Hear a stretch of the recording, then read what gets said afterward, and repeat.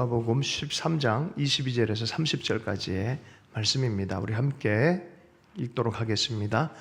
예수께서 각 성, 각 마을로 다니사 가르치시며 예루살렘으로 여행하시더니 어떤 사람이 여짜오되 주여 구원을 받을 자가 적으니까 그들에게 이르시되 좁은 문으로 들어가기를 힘쓰라. 내가 너희에게 이르노니 들어가기를 구하여도 못하는 자가 많으리라. 집주인이 일어나 문을 한번 닫은 후에 너희가 밖에 서서 문을 두드리며 주여 열어주소서 하면 그가 대답하여 이르되 나는 너희가 어디에서 온 자인지 알지 못하노라 하리리. 그때 너희가 말하되 우리는 주 앞에서 먹고 마셨으며 주는 또한 우리를 길거리에서 가르치셨나이다 하나 그가 너희에게 말하여 이르되 나는 너희가 어디에서 왔는지 알지 못하노라. 행악하는 모든 자들아 나를 떠나가라 하리라. 너희가 아브라함과 이삭과 야곱과 모든 선지자는 하나님 나라에 있고 오직 너희는 밖에 쫓겨난 것을 볼 때에 거기서 슬피 울며 이를 갈리라. 사람들이 동서남북으로부터 와서 하나님 나라 잔치에 참여하리니 보라 나중된 자로서 먼저 될 자도 있고 먼저 된 자로서 나중될 자도 있느니라 하시더라. 13장과 14장에서 계속해서 제자도에 대한 말씀인데요. 오늘 좁은 문이라는 제목으로 해서 말씀의 은혜를 나누겠습니다. 예루살렘으로 가는 여정 중에 일어난 일들이 계속해서 펼쳐집니다. 여행 가운데 일어나는 주제 중에 이 주제가 굉장히 중요한 주제입니다. 다른 복음서에서는 이 주제 제자도에 대한 얘기를 할 때 많은 사람들이 예수님을 떠났다라는 그런 표현들이 있습니다. 이 주제는 사실 다루기 어렵지만 제자들에게는 꼭 필요한 그런 메시지입니다. 끝까지 이 오늘 허락된 이 시간 안에서 이 말씀들이 우리의 삶 안에 잘 적용되면 좋겠습니다. 할렐루야. 좁은 문. 보통 일반적으로 좁은 문을 가는 사람은 없죠. 군자 대로행, 대도무문, 그러고 이제 큰 거 좋아합니다. 또 민주주의도 다수 아니겠습니까? 많은 사람들이 가는 길로 가야 안전한데 주님께서는 좁은 문, 좁은 길에 대해서 말씀을 하셨습니다. 사람들은 좁은 길, 좁은 문 짜증내고 어려워하고 때로는 화내기도 합니다. 근데 운동 경기를 가만 생각해 보면은 좁은 문이 좀 이해가 가요. 축구할 때 골인이 돼야 점수가 나잖아요. 그죠? 양궁이나 다트를 할 때도 10점에 딱 들어가야 그게 좋은 점수로 좋은 이 평가를 받고 또 조종사들도 비행기를 잘 랜딩을 해야 될 거 아니에요. 그죠? 엉뚱한 데 가면 위험하죠. 그래서 바르게 그 길, 좁지만 정확하게 가기를 또한 소망하는 것이죠. 앙드레 지드라는 소설가는 이 좁은 문이라는 소설을 써서 정말 사랑하는 것에 대한 연인과의 사랑에 대한 이야기를 기가 막히게 제목을 또 이렇게 성경에서 나온 걸 해서 좁은 문이라는 또 소설도 썼습니다. 우리가 가지고 있는 꿈, 열망, 그걸 이루기 위해서 우리는 얼마나 애를 많이 씁니까? 그리고 그것이 우리가 보기에 정말 좁은 문처럼 보일 때가 많이 있습니다. 여러분은 어떤 꿈의 길, 삶의 길을 걸어가고 계십니까? 봄, 여름, 가을, 겨울이라는 이 노래하는 사람들이 있죠. 제가 이 015인 줄 알았더니 봄, 여울, 가을, 겨울이더라고요. 어떤 이의 꿈이란 노래를 아십니까? 어떤 이의 꿈. 맨 마지막에 나는 누굴까? 나는 어떤 꿈 꾸는 사람이지? 뭐 이러면서 쭉 하다 맨 마지막에 어떻게 합니까? 혹 아무 꿈. 뭐 이러면서 끝나요. 봄, 여름, 가을, 겨울. 자, 오늘은 이런 다양한 좁은 길, 꿈, 열망 이런 얘기를 하는데 예수님께서 말씀하는 이 좁은 문은 어떤 것인지 성경은 계속해서 강조해서 했던 얘기가 있어요. 먼저는 이 좁은 문에 대해서 마태복음의 진술을 먼저 보도록 하겠습니다. 마태복음 7장 13절에서 14절까지의 말씀입니다. 함께 읽어보겠습니다. 시작. 좁은 문으로 들어가라. 멸망으로 인도하는 문은 크고 그 길이 넓어 그리로 들어가는 자가 많고 생명으로 인도하는 문은 좁고 길이 협착하여 찾는 자가 적음이라. 무슨 문입니까? 구원, 곧 생명에 이르는 문이라고 말합니다. 구원과 생명에 이르는 문이 좁다라고 말합니다. 왜 이런 얘기를 했을까요? 어떤 사람은 질문해서 그래요. 구원을 받은 자가 적습니까? 라고 말했더니 주님이 산술적인 얘기를 안 하시고 이 얘기를 하셨습니다. 좁은 문으로 들어가라. 내가 너에게 이르노니 들어가기를 구하여도 못하는 자가 많이 있다. 24절 말씀 읽어보겠습니다. 시작. 좁은 문으로 들어가기를 힘쓰라. 내가 너에게 이르노니 들어가기를 구하여도 못하는 자가 많으니라. 많다 적다 주님 말씀 안 하고요, 엄중하게 경고하고 재촉했어요. 들어가기를 힘쓰라고. 좁다. 좁지만 열심히 다 들어갈 수 있지만, 그죠? 그럴 수 있잖아요. 다 들어갈 수 있잖아요. 좁지만 열심히 해서, 그러니까 힘쓰라라고 말하는 거예요. 힘써서 웬만하면 다 들어가라라고 말합니다. 왜 자꾸 힘써야 됩니까? 좁고 이거 시간이 리미트가 있어요. 25절 집주인이 일어나 문을 닫은 후에 너희가 밖에 서서 문을 두드리며 주여 열어주소서 하면 그가 대답하여 이르되 나는 너희가 어디에서 온 자인지 알지 못하노라. 문 닫은 다음부터는 이거는 아니다라고 합니다. 그리고 예전에 대학교에 원서를 낼 때, 지금은 그런 식이 아닌 걸로 알고 있지만 예전엔 그런 사람 많아요. 6시가 마지막 원서 내는데 6시 5분에 도착했는데 문을 닫아놔 버려. 그건 완전 낭패잖아요. 막 우는 애도 있고, 어떤 애들은 문 열어달라고 하다가 안 되니까 유리창을 그냥 발로 깨고 막 들어가는 애들도 있었어요. 용감하죠. 근데 요새는 웬만하면 안 깨져요. 아무리 찾아도. 구원의 문은 닫아놓으면 열 수가 없다고 말해요. 모른다. 이게 리미트가 지났다라고 말한 거예요. 그러니까 기회를 꼭 잡으라고 얘기를 합니다. 성경은요, 은혜의 때를 놓치지 말라라고 합니다. 기회 있을 때 구원의 문을 들어가라라고 말합니다. 이럴 때 하는 말이 있습니다. 있을 때 잘하자. 있을 때 잘하자. 사람과의 관계도 그렇습니다. 있을 때 잘하자. 나한테 잘해가 아니라 옆 사람에게, 그죠? 우리가 잘해야 돼요. 할렐루야. 후회 없이 사랑할 시간이 별로 없어요. 기회 있을 때 최선을 다하는 것입니다. 있을 때 준비를 하는 것입니다. 성경 공부도 마찬가지입니다. 시간 날 때 성경 공부하고, 기회 있을 때 기도하고, 기도할 시간이 없어질 때가 많이 있잖아요. 바빠가지고. 그래서 기도도 많이 쌓아놓으라 하잖아요. 그죠? 성경도 열심히 공부하라 하잖아요. 전도하고 언신하고 선교할 수 있는 기회가 되면 그렇게 하라고 합니다. 은혜의 때가 있다고 하는 것이죠. 근데 여러분, 이게 그냥 어떤 활동이 아니라 구원에 관한 문제다라고, 이건 절대로 놓쳐서는 안 될 부분입니다. 그러니까 힘써서 구원에 관한 것이고 주 예수와 함께 가는 길이라면 이건 절대로 놓쳐서는 안 된다라고 말하는 것입니다. 요 본문 전체를 보면요, 자꾸 분절되어진 이야기처럼 보여요. 이게 이 소린가 하는데 전체를 보면은 제자도에 대한 얘기구나라는 것을 직감하게 되는데, 그래서 에피소드가 굉장히 많아요. 바로 그때 어떤 바리새인이 갑자기 예수님께 이런 얘기를 합니다. 여기 떠나십시오. 여기 갈릴리 이 헤롯이 당신 죽이려고 합니다. 그때 주님이 이렇게 말씀하세요. 32절 이르시되 너희는 가서 저 여우에게 이르되 오늘과 내일은 내가 귀신을 쫓아내며 병을 고치다가 제3일에는 완전하여지리라 하라. 이게 무슨 얘기입니까? 여러분, 헤롯은 갈릴리의 분봉왕이었어요. 갈릴리 지역에서 예수님께서는 활동을 많이 하셨어요. 오늘 내일 귀신 쫓아내고 병든 자를 고치다가 제3일에는 이 사역을 완성할 것이다 라고 주님 말씀하셨어요. 자, 그런데 완성의 지역은 어디입니까? 십자가 사건은 이 갈릴리 지역이 아니라 예루살렘이다 라고, 나는 내가 할 길 가고 있으니까 걱정하지 마라, 이런 느낌도 있어요. 33절 말씀 함께 읽어보겠습니다. 시작. 그러나 오늘과 내일과 모레는 내가 갈 길을 가야 하리니 선지자가 예루살렘 밖에서는 죽는 법이 없느니라. 헤롯에 대해서는 분명히 평가를 가지고 있어요. 요거는 좀 다음 주에 좀 더 다룰 주제인데요. 따로 좀 떼지만 짧게 그냥 다루면서 넘어가 보도록 하겠습니다. 예루살렘아 예루살렘, 내가 예언자들을 죽이고 내게 보낸 사람들을 돌로 치는도다. 내가 내 자녀들을 모아들이기를 바랐던 게 얼마나 많더냐. 너는 한사코 거절하였다. 보아라, 내 집이 버림받음이 될 것이다. 주의 이름으로 오시는 이여 할 때까지 절대 나를 보지 못할 것이다. 이런 분위기로 말씀을 하셨어요.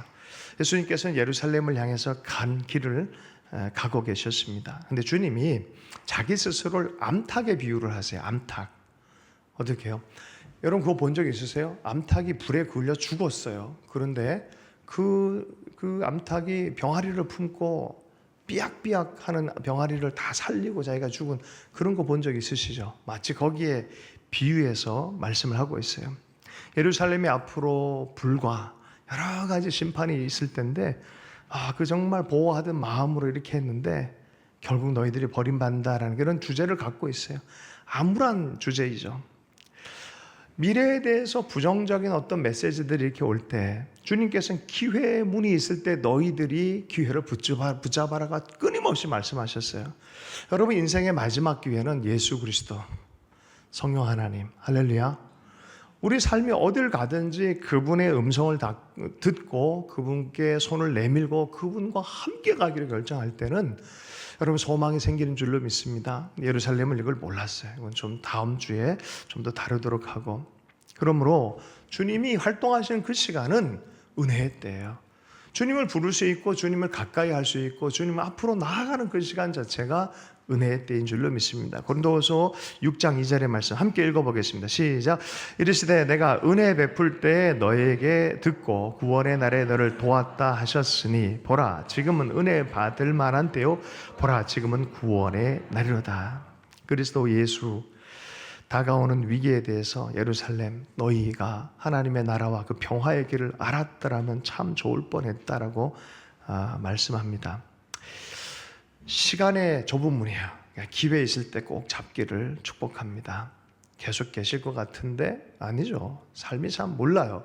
이번에 제가 제주에 가서 하나님의 사람들 좀 만나 뵙고 인사를 나눴는데 그렇더라고요. 사랑하는 가족들 잃어버린 그런 목사님께서 그런 얘기를 하시더라고요. 사위를 잃었어요. 근데 너무 마음이 아프더라고요. 그 시간들, 우리가 영원히 있을 것 같은 시간들, 기회들, 그렇지 않아요?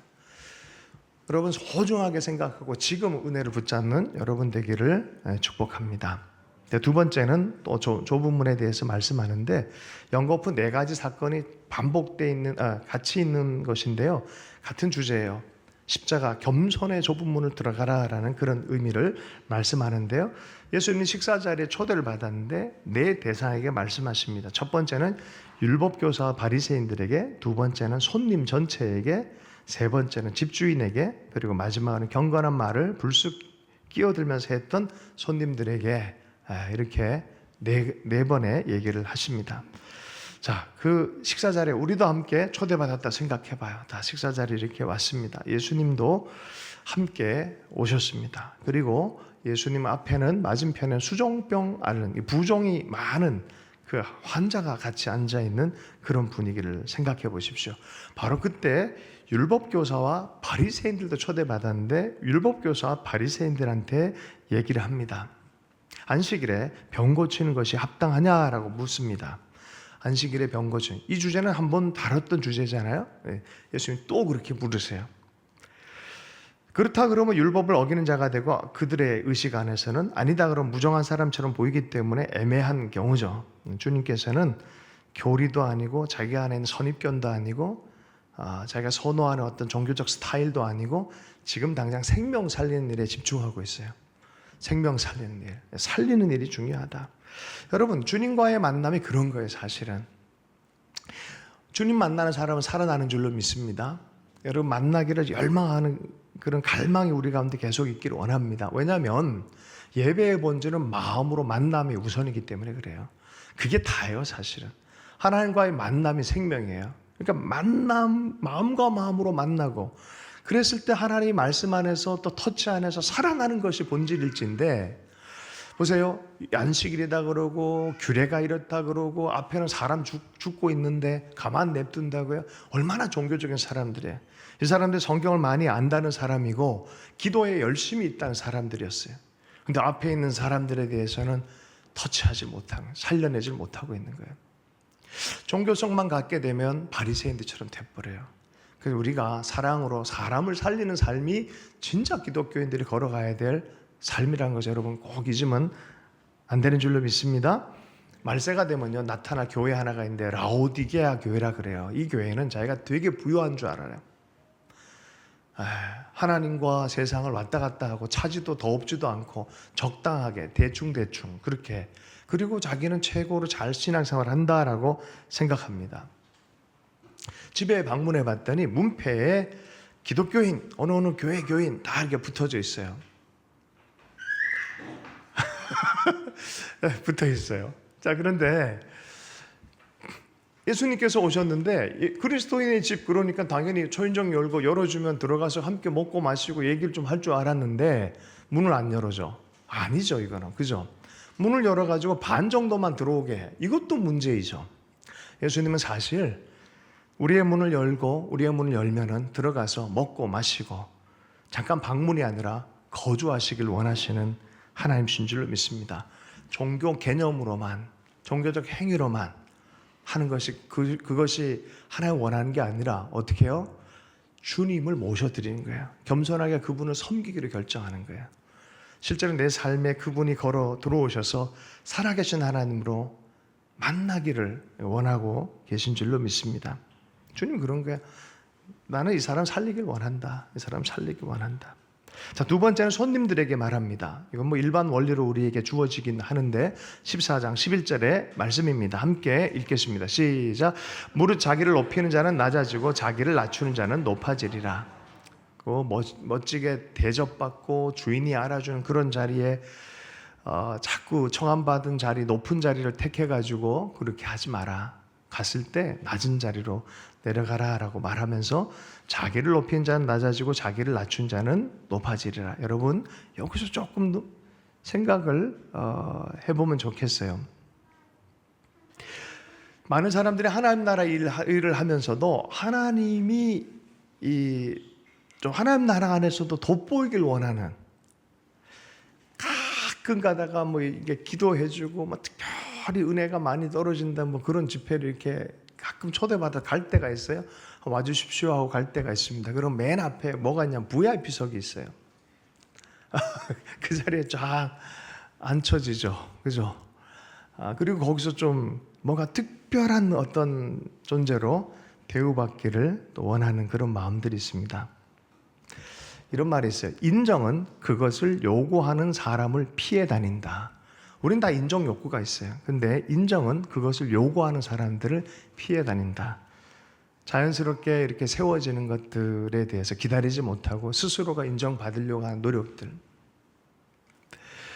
여러분, 주님 나라 안에 묘한 역설이 하나 있어요. 나는 자격이 돼라고 생각하면 낮아질 거란 거예요.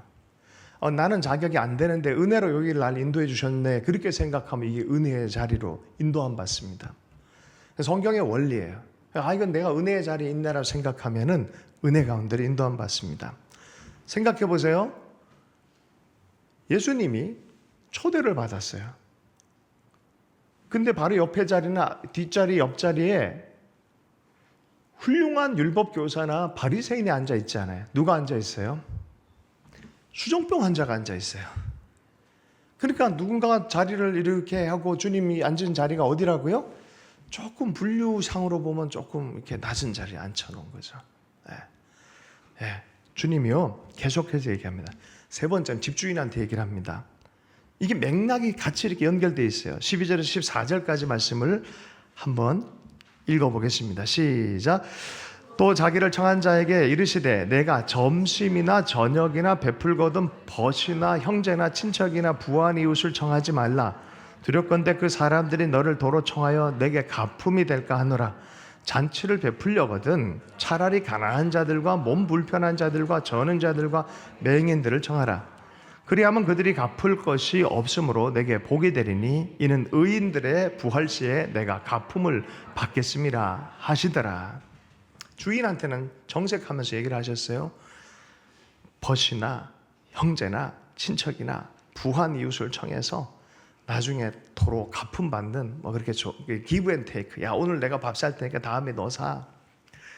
아니 내가 낼게. 그러면 이제 못 이긴 척 이제 받아주면서 오늘은 네가 사주면 다음에 내가 살까. 이게 친구 관계들 안에서 보편적인 거 아니겠습니까? 그죠? 그런데 너희들은 잔치를 초대할 때 그렇게 하지 말고 갚을 수 없는 사람들을 초대해라. 몸 불편한 장애인들, 저는 자들, 맹인들, 그렇게 가난한 자들을 초대해라. 그러려면 애써야 돼요. 여러분들이 부유하고 좋은 데 산다 그러면 발견할 수 없을 거예요. 특별히 그런 사람들은 찾아서 애써야 돼요. 가서 찾아서 모시고 와야 돼요. 그리고 그 사람들 갚을 수도 없어요. 여러분, 그 정도 수준으로 잔치를 베풀고 하려고 그러면 정말 조건 없이 사랑하는 인격적인 준비가 되지 않으면 할 수 없는 거예요. 그러니까 이미 그 마음 안에 하나님의 조건 없는 사랑이 뭔지 아는 사람만이 이 일들을 할 수 있는 일이에요. 뭔가 자꾸 받으려고 이렇게 하는 것들, 그렇게 하지 말아라고 말하고 있죠. 어느 목사님이 이 본문으로 설교를 했는데, 이 본문으로 설교를 했대요. 그랬더니 아주 유명한 목사님이에요. 톰 라이트라고. 설교를 했더니 그날 그 주간에 세 가정이 식사 초대를 하더래요. 이거 우스운 얘기인데 설교를 제대로 안 듣고 있다는 느낌이 싹 드네요. 다시 한번요. 이 본문으로 설교를 했는데 그 주간에 초대를 해가지고 식사 대접을 해주더래요. 그래서 이분이 워낙에 공손해서 자기가 어떤 부류에 속하는지를 질문하지 않았다라고 얘기를 했어요. 이번 주에는 저를 초대하지 말아주십시오. 여러분, 조건 없이 준다 그러면 바보 취급받아요. 요새는 호구되는 거 원하지 않고 이용당하고 싶지 않아서 왜 나만 이렇게 하냐. 근데 아니요. 계산하지 않는 마음은 호구 아니에요. 그건 그냥 주는 거예요. 당연히 주는 거예요. 해줄 수 있는 것이죠.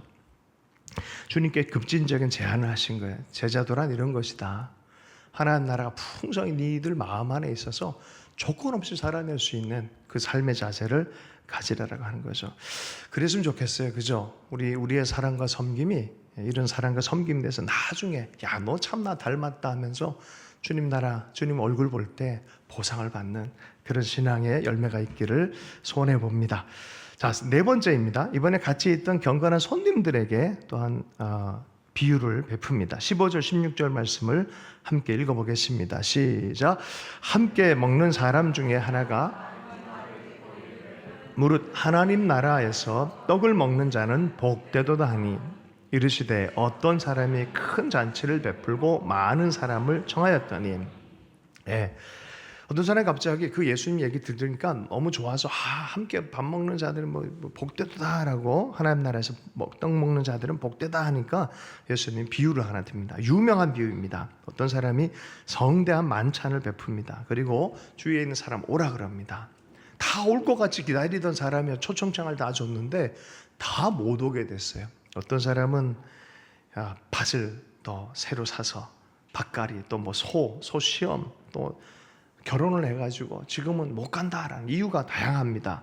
이유는 다양하지만 어쨌든 못 가겠다는 거예요. 못 가겠다. 네, 그 잔치의 초대에 못 가겠다라고 말하는 거죠. 예전에 수련회 홍보 영상 중에 제발 나와라이라는 그런 영상이 있어요. 제발 나와라이. 제발 좀 와라. 그런데도 못 나가겠다. 미안하다. 이것 때문에 나는 오늘 이것 때문에 저것 때문에 주님이 오라 그러는데도 제발 이것 때문에 저것 때문에 미안하다고 합니다. 그리고 나서 나중에 구원의 문 앞에 딱 당도했을 때 그래도 제가 제 삶을 잘 살았습니다. 자아 실현을 하고 살았습니다.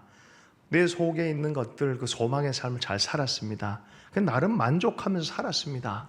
그리고 적당히 그래도 기도도 하고 살았습니다. 자, 이 문 이제 열어주십시오라고 할 때 안 열릴 수도 있습니다. 그런 충격적이게 안 열릴 수도 있습니다. 예전엔 키로 열지만 요새는 번호 누르는 거잖아요. 그죠? 네, 할렐루야. 네. 그럼 비밀번호는 제가 가르쳐 드릴게요. 비밀번호는 JESUS예요. 할렐루야. 예수예요. 예수. 그분과 함께 들어갈 수 있는 문이에요. 성경에서는 다른 이름을 주신 적이 없다 그래요. 자, 사도행전 4장 12절 말씀을 읽겠습니다. 시작. 다른 이로서는 구원을 받을 수 없나니 천하 사람 중에 구원을 받을 만한 다른 이름을 우리에게 주신 일이 없습니다. 정말 미안한데 이건 변개할 수 없다. 이 비밀번호는 변개할 수 없다. 구원의 이름 오직 예수님이 초청했는데 다 거절해버렸어요. 자, 그 비유상에서는 예수님이 이렇게 얘기합니다. 그 초청했던 주인이 화가 나가지고 이 정식 초대할 만한 사람 초대하지 말고 이제는 큰 길로 나가고 저기 산울타리로 가고 사람들을 다 데려와서 내 집을 채우라라고 말합니다. 내가 너희에게 말한다. 초대받은 사람 가운데 아무도 내 만찬을 맛보지 못할 것이다 라고 말하면서 다 오게 해라. 이 사람들은 못 들어올 거고 도리어 다른 사람들, 다른 성경 복음서 본문에 보면은 선한 자나 악한 자까지 초대를 하라 그래요. 그걸 보면은 초대받는 사람의 자격이 아니에요. 하나님의 자비하심의 크심이에요. 하나님의 사랑의 크심 때문에 초대하는 거예요. 누구든지 다 오라고 초대합니다. 예수 그리스도의 하나님 나라 운동은 바로 하나님의 자비하심에 근거해서 하나님으로 초대하는 사랑의 초대입니다. 그런데 이걸 거절한다고요? 보십시오. 하나님 나라를 기다렸는데 정작 그 나라가 왔을 때는, 그 삶 안에 문을 두드리고 있을 때는 다급한 일로 그들을 붙잡아 버려요.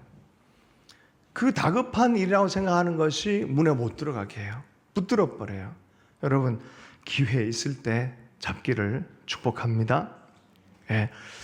은혜의 초청이 있고 또 하나님 만날 기회들이 있고 더 헌신해야 될 기회가 있다 그러면은 여러분 헌신할 수 있기를 축복합니다. 자, 요 주제 안에서 계속해 주님이 제자도의 대가 지불에 대해서 말씀합니다. 지금까지 따라왔던 사람들이 이때부터 당황해요. 성경 다른 복음서 본문에는 많이 이 얘기를 듣고 어떻게 따라가지 하다 많이 떠났다라는 그런 얘기가 있어요. 나는 우리 성도들은 끝까지 꼭꼭 붙어가지고 다 그 좁은 문을 다 통과할 수 있기를 축복합니다.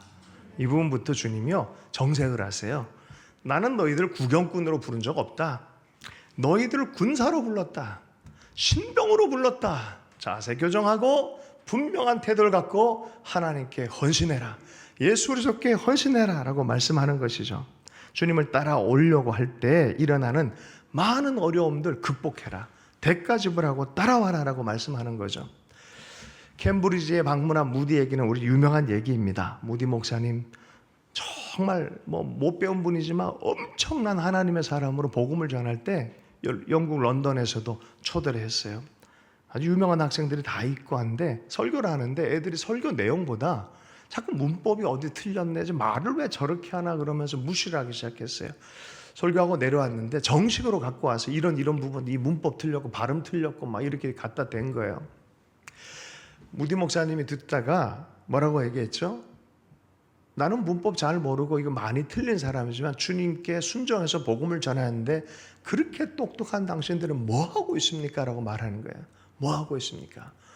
여러분, 런던의 그 학생들이요 굉장히 뛰어난 학생들이었어요. 그 말에 마음에 찔림을 받고 그 순간 학생회장으로부터 시작해서 선교적 헌신을 합니다. 그 유명한 캠브리지 출인이 이때 시작되어지는 거예요. 이때 시작해. 이 사건 때문에 시작이 되어지는 거예요.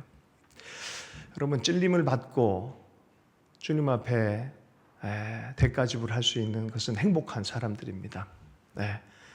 여러분, 캠브리지 출인 나중에 책 중에서 한번 읽어보십시오. 정말 대단한 것들 다 내려놓고 주님이 부르심, 원 부르심을 따라 주님께 헌신한 사람들입니다. 여러분, 제자도의 특징이 그거예요. 이게 어렵다 하는 부분 바로 이 부분이에요. 뭐냐면은 내가 좋아하는 것들을 경우에 따라서 예수님 때문에 포기할 걸 먼저 각오해야 돼. 그게 어떤 것이어도 포기할 것을 각오하는 것으로부터 제자도는 시작되기 때문에 그렇습니다. 26절, 27절 말씀 읽습니다. 시작. 물은 내게 오는 자가 자기 부모와 처자와 형제와 자매와 더욱이 자기 목숨까지 미워하지 아니하면 능히 내 제자가 되지 못하고 누구든지 자기 십자가를 지고 나를 따르지 않는 자도 능히 내 제자가 되지 못하리라. 아니, 친척, 가족을 미워하라고요? 이게 유대적인 표현인데 이것을 사랑하고 저것을 미워한다는 표현이 있어요. 이걸 너무 사랑하기 때문에 이거를 미워하는 것처럼 여길 수밖에 없다는 거예요. 조금 쉽게 얘기하십시다. 우리 젊은 아이들 이해하기 편하게. 요새 잘 나가는 남자 연예인이 누가 있을까요? 둘이 있다고 생각해. A 연예인과 B 연예인. 둘 다 내가 너무 좋아해. 정말 선호하는 연예인이야. 근데 순위 매기기 했어. 결정을 해야 돼. A 연예인이 좋아 내가. A를 택하는 게 B한테 너무 미안해. 할렐루야. 막 그래서 어머 어떡하지 어머니 그러면서 택하잖아요. 그죠? 여러분, 이런 거라면 차라리 쉬워요. 문제는 A 연예인과 B 연예인이 아니라 예수 그리스도와 내 엄마, 예수 그리스도와 내 가족, 예수 그리스도와 내 자녀, 예수 그리스도와 내 목숨까지. 어떻게 할래요? 순위 경쟁에서 이게 뒤집어지면 너희들 제자가 아니다라는 거예요. 정말 그럴 수 있겠냐라는 거예요. 예수 그리스도를 위해서 내 제자가 되고 싶으냐? 좋다. 그렇다면 내 가족을 증오하고 내 재산을 포기하고 험악한 죽음을 각오해야 된다. 이렇게 말하는 거예요. 이렇게 말하는 거예요. 이게 하나님의 제자도의 본질이에요, 여러분. 감동하는 것을 넘어서 이것을 따라오라고 주님께서 말씀하시죠. 제주도에 내려가서 가봤더니 준비한 장소가 문제가 많더라고요. 목사님, 이주 목사님도 많이 어려워하시고 못하겠다고 하루밖에 안 남았는데 이제 장소를 구해야 되는데 굉장히 힘들었습니다. 근데 기도하는데 자꾸 감동이 와요. 목사님 잠깐 기다리라고, 이제 한나절 남았지만 제가 한번 좀 연락해서 왔다 갔다 해보겠습니다 했어요. 목사님 기도하다가 하나님 어떻게 뭐 할 줄 아는 게 하나도 없다고 고백하면서 했더니 풀밭 바로 앞에 네잎 클로버가 3개가 딱딱 보이더래요. 그리고 하나님 응답을 믿고 따라 내가 너를 사랑한다 걱정하지 마라, 이런 감동을 받는 그 즈음에 저는 돌아다니고 있었어요.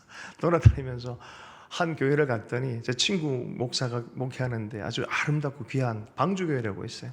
언제든지 내가 있는 동안 왔어라. 근데 보니까 애들은 잘 안 맞아요. 나중에 우리 교인들 한번 가십시다 가을에. 근데 안 맞아. 이거 어떡하지? 시간은 다 됐는데 하나님 도와주십시오 하고 길을 어떻게 밑으로 내려왔는데 위로 잠깐 5분 갔는데 거기 옆에 온누리교회가 지어졌는, 이게 옛날에 드림교회인데 이름이 바뀌어 있어요. 순간 누가 매칭이 되는 거예요. 노규성 목사라고 제 후배 목사님이 거기 있는 거예요. 담임 목사로 온 지 얼마 안 됐어요. 아니 어떻게 내려왔냐. 자기는 M센터라고 안산에서 전 세계에서 온 노동자들도 섬기고 공동체 섬기고 자기 평생 삶으로 생각하고 있었는데 로잔 대회 끝나고 갑자기 본부에서 연락이 왔다는 거예요. 내려가라. 그랬더니 목사님 제가 월요일마다 아버님이 투석을 받아서 아버님 모시고 제가 계속 이 일을 해야 됩니다. 그리고 내가 사역하고 있는 게 있는데, 그랬더니 전화하신 목사님 한마디 하더래요. 우리 아버지 투석하다 돌아가셨다. 가라. 이게 웃을 일은 아닌데 제가 헛웃음이 나왔어요. 그 순간에. 그럼 어떻게 했냐 그랬더니 일주일만 기도하고 제가 가겠습니다 결정했다는 거예요. 그때 하나님 주셨던 감동이 뭐냐? 좋아하는 것이 아니라 가야만 하는 것. 가라. 내 뜻이다. 밝혔다는 거죠. 그래서 그 길을 가기로 결정했다. 그리고 내려왔어요. 만났는데 제가 몇 마디만 했더니 원래 그런 일을 했잖아요. 중국에서 온 사람들 목사님 우리가 돕겠습니다. 완벽하게 그 마음이 부어지는데 그냥 마음이 둘이 딱 하나가 돼버렸어요. 모든 걸 다 준비하는 거에 대해서 목사님 최대한 우리가 함께 도우면서 하도록 하겠습니다라는 그런 얘기를 들었어요. 주님의 십자가 따르는 것은 어렵습니다. 자기 목숨을 내어놓기까지 하는 그런 일들입니다. 그러나 그것을 통해서 하나님께서 하나님 나라를 드러내시기를 기뻐하는 줄로 믿습니다. 우리가요, 이 제자도의 삶을 살아서 주님 앞에 마지막 날에 섰을 때 우리가 지은 집을 보게 될 거예요. 그때 주님 중공검사를 하실 거예요. 중공검사 완료됐다라고 할 때가 있고, 이거 좀 픽스가 안 됐는데 할 때가 있을 거예요. 그죠? 자, 예수님의 그 시대를 다시 돌아가십시다. 예수님 길 가면서 일어난 일들이잖아요. 로마의 압제 가운데 있었고, 유대인들은 어떻게 하면 독립전쟁도 좀 해보려고 그러고, 이 일만으로 저 이만을 이길 수 있을까 별 생각을 다 하고 있는 그런 시대에 주님께서는 이들이 평화에 대해서 좀 알았으면 좋겠다. 앞에 될 일, 예루살렘에서 우세요. 우시는 장면이 몇 곳 없는데 이곳에서 우세요. 예루살렘 보면서 너희들의 미래가 뭔지 너희가 좀 알았으면 좋겠다라고 하면서 우시는 거예요. 우시는 거. 기회가 있을 때 알아서 좋겠다. 요새 교회를 보면서 그런 마음이 듭니다. 우리 현대 교회들은 이 제자도를 많이 잃어버렸습니다. 죽기까지 주님을 따르고자 하는 순종을 많이 잃어버렸습니다. 주님 위해서 기꺼이 내 목숨이라도 내어놓으려는 그 각오들이 많이 사라졌습니다. 1950년, 1960년대 중국에서는 예수 그리스도를 믿는다는 것 때문에 많은 사람들이 순교를 했습니다. 근래 와서 시진핑이 개방되면서 많이 발전된 사회가 되면서 이제 또 다시 박해하는 소식이 듣다 보니까 제가 좀 걱정이 됐는데 중국 리더가 저한테 얘기하더라고요. 목사님 걱정하지 마세요. 이게 진짜 우리의 교회입니다. 여러분, 순교의 이야기, 주님을 따르고자 하는 이야기를 품은 이 교회가 다 사라진 줄 알았는데 90년대 후반에 문을 열어보니까 8천만에 가까운 사람이 돼 있어요. 말은 안 하지만 사실은 여전히 아시아에서 제일 많은 기독교인 수를 중국이 가지고 있어요.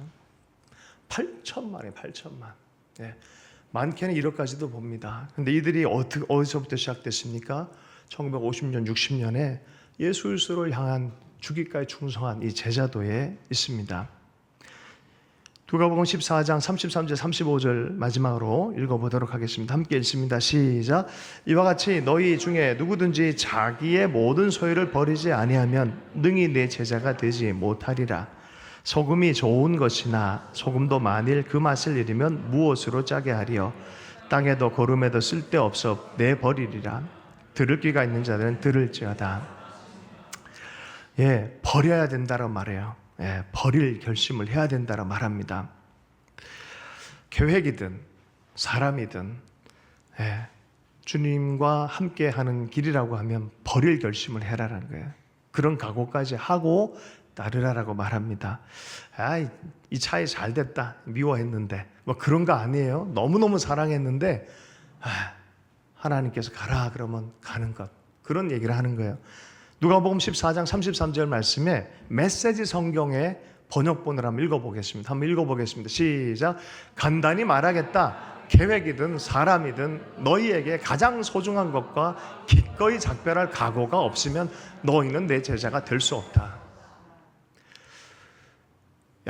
그죠? 아주 어떻게 이렇게 번역을 했죠? 간단히 말하겠다. 뭐 긴 말 필요 없다. 계획이든 사람이든 내 계획, 내 사람, 너희에게 가장 소중한 것을 생각한 그것마저도 기꺼이 작별할 헤어질 결심, 그 각오가 없으면 너희는 내 제자가 될 수 없다.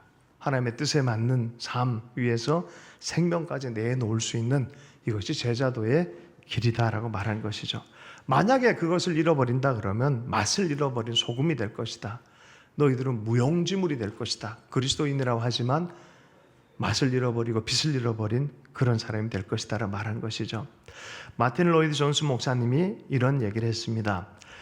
이분은 왕립 의사로서 창창한 미래의 문을 열어놓은 정말 실력자 의사였는데 주님의 부르심을 받았던 설교자로 삶을 살았던 분입니다. 이분이 말년에 이런 얘기를 했어요.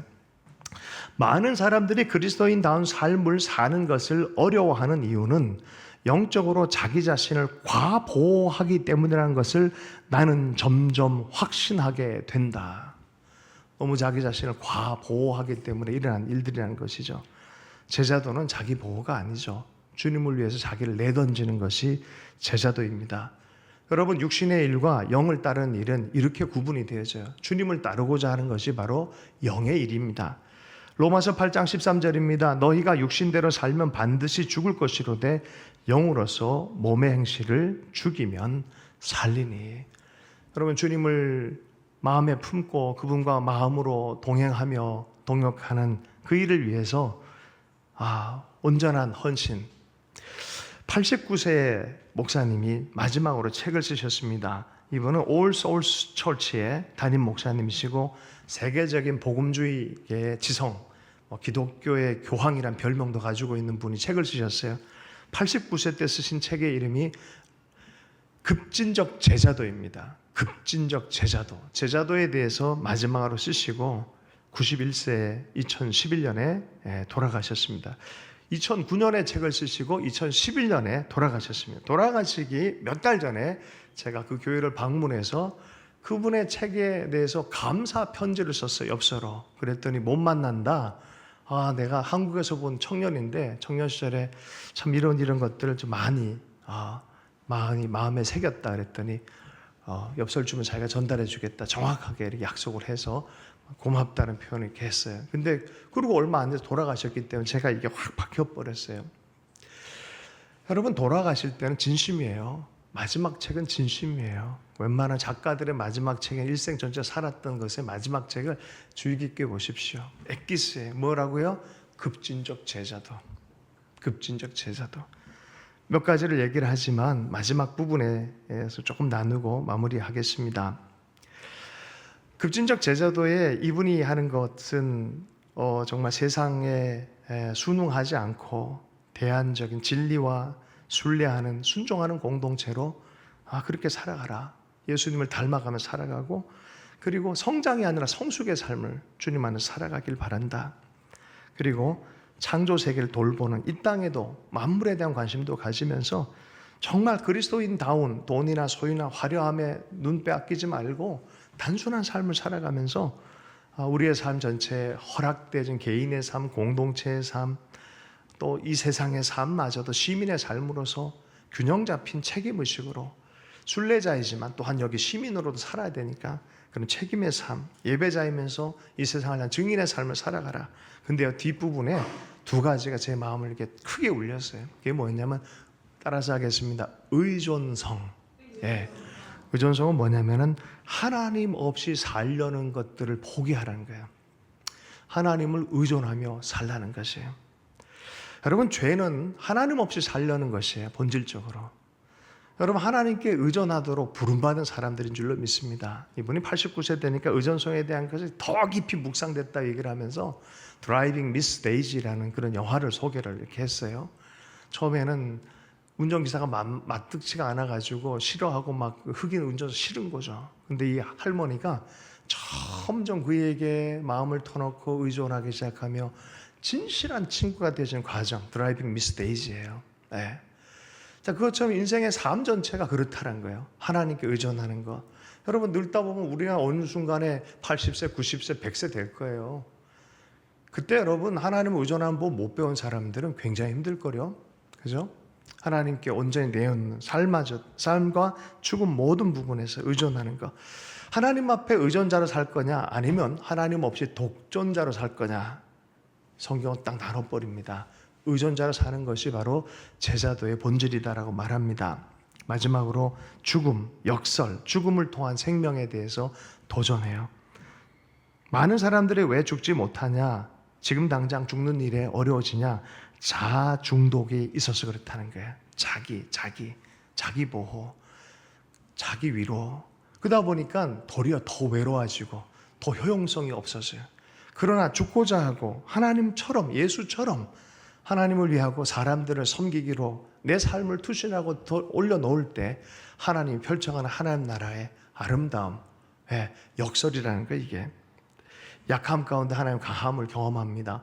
고난 중에 하나님 열매를 경험하기 시작합니다. 죽음을 통해서 생명을 경험하는, 내 자아 중독에서 예수님을 따라가는 참된 제자의 삶, 바로 이게 교회의 승리를 가져올 거라는 거예요. 네, 기다리는 교회. 주님은 다시 오신다. 재림에 대한 약속. 여러분, 주님을 바라보고 주님을 만나고 그 좁은 문에 들어가려는 사람, 기다리는 사람들에게는 이 제자도는 필수인 줄로 믿습니다. 여러분, 좁은 문, 이 제자도의 길을 꼭 걸어가는 주님의 사람들 되기를 축복합니다. 주신 말씀 붙들고 우리 결단의 기도를 함께 드리도록 하겠습니다. 하나님 아버지, 우리에게 허락한 제자도의 길 잘 걸어가게 하시고 주님을 시야에서 놓치지 않게 하시고 우리 마음의 문을 열어서 주님과 먹고 마시며 주님과 함께 가기 원하여 하나님 마땅히 대가집을 할 것 대가집을 하며 나아가는 참 제자도를 이루는 주님의 사람 될 수 있도록 은혜 허락하여 주시옵소서. 이 시간 결단한 사람들 가운데 주님 아시죠? 특별하게 인쳐주시고 기름 부어주셔서 하나님 그 헌신과 그 고난, 그 사랑함으로 나아갈 때 힘들어지는 그 모든 것들 각오하며 나아갈 때 하나님께서 펼치실 놀라운 열매들, 영광을 보면서 담대하게 나갈 수 있도록 축복해 주시기를 간절히 기도합니다. 감사하며 예수님 축복하며 기도했습니다.